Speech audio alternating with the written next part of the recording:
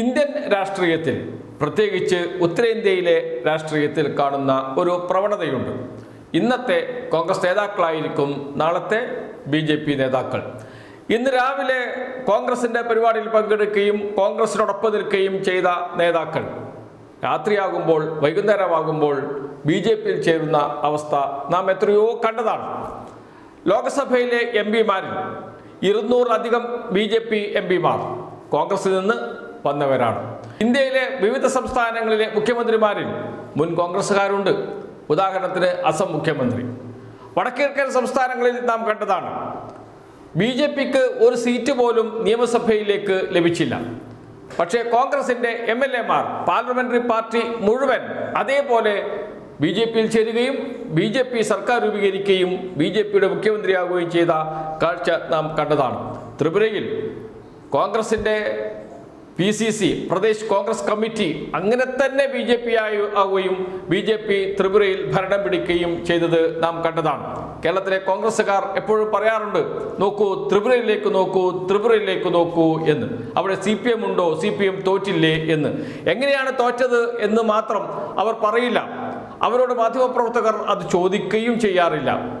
ത്രിപുരയിലെ കോൺഗ്രസിൻ്റെ സംസ്ഥാന കമ്മിറ്റി PCC അതുപോലെ BJP ആയ കാഴ്ച നാം കണ്ടതുമാണ്. എന്നാൽ ദക്ഷിണേന്ത്യൻ സംസ്ഥാനങ്ങളിൽ അത് അത്ര പ്രകടമായിരുന്നില്ല. എന്നാൽ മെല്ലെ മെല്ലെ ദക്ഷിണേന്ത്യയിലേക്കും ഈ പ്രവണത കടന്നു വരുന്നു. താഴെത്തട്ടിൽ നിന്നാണ് എന്ന് മാത്രം. കേരളത്തിൽ നിന്ന് തന്നെയാണ് അതിൻ്റെ തുടക്കം. എവിടെയാണ്? തൃശ്ശൂർ ജില്ലയിലെ മറ്റത്തൂർ പഞ്ചായത്തിൽ നാം കണ്ട കാഴ്ച ഞെട്ടിക്കുന്നതാണ്. കോൺഗ്രസിൻ്റെ പഞ്ചായത്ത് അംഗങ്ങൾ മുഴുവൻ BJPയിൽ ചേരുന്നു. 8 അംഗങ്ങളാണ് ഉള്ളത് കോൺഗ്രസിന് മറ്റത്തൂർ പഞ്ചായത്തിൽ. ആകെ 24 അംഗങ്ങൾ. 10 അംഗങ്ങൾ LDFന്, 8 UDF, കോൺഗ്രസ്, 4 BJP, 2 സ്വതന്ത്രം.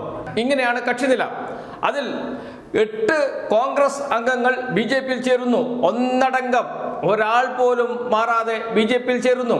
അങ്ങനെ 8ഉം 4ഉം 12ഉം 2 സ്വതന്ത്രരെയും കൂട്ടി പഞ്ചായത്ത് ഭരിക്കുന്നു BJP. സ്വതന്ത്രനാണ് പഞ്ചായത്ത് പ്രസിഡന്റ് എന്നേയുള്ളൂ.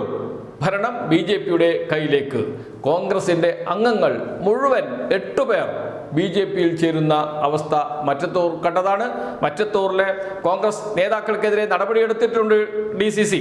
ഇപ്പോൾ വാർത്താക്കുറിപ്പ് പുറത്തിറക്കിയിട്ടുണ്ട്. പക്ഷേ ഈ പ്രവണത കേരളത്തിൽ തുടങ്ങിയിരിക്കുന്നു. പഞ്ചായത്തിൽ നിന്നാണ് ആരംഭിച്ചിരിക്കുന്നത്.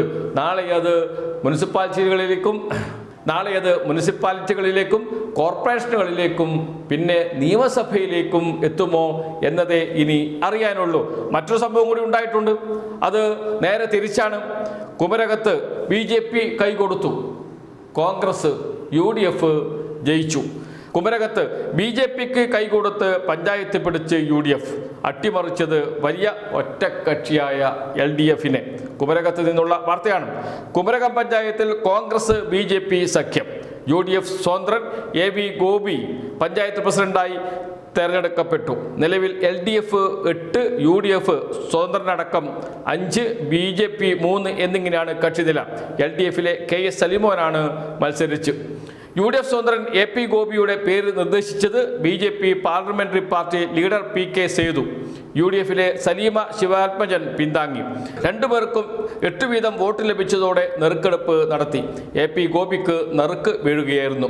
Legal metrology deputy controller M Safiya ഭരണാധികാരിയായി. ഇതാണ് വാർത്ത വരുന്നത് കുമരകം പഞ്ചായത്തിൽ നിന്നും. എന്ന് വെച്ചാൽ BJPയും കോൺഗ്രസും UDFും ഒന്നിച്ചു നിൽക്കുന്നു.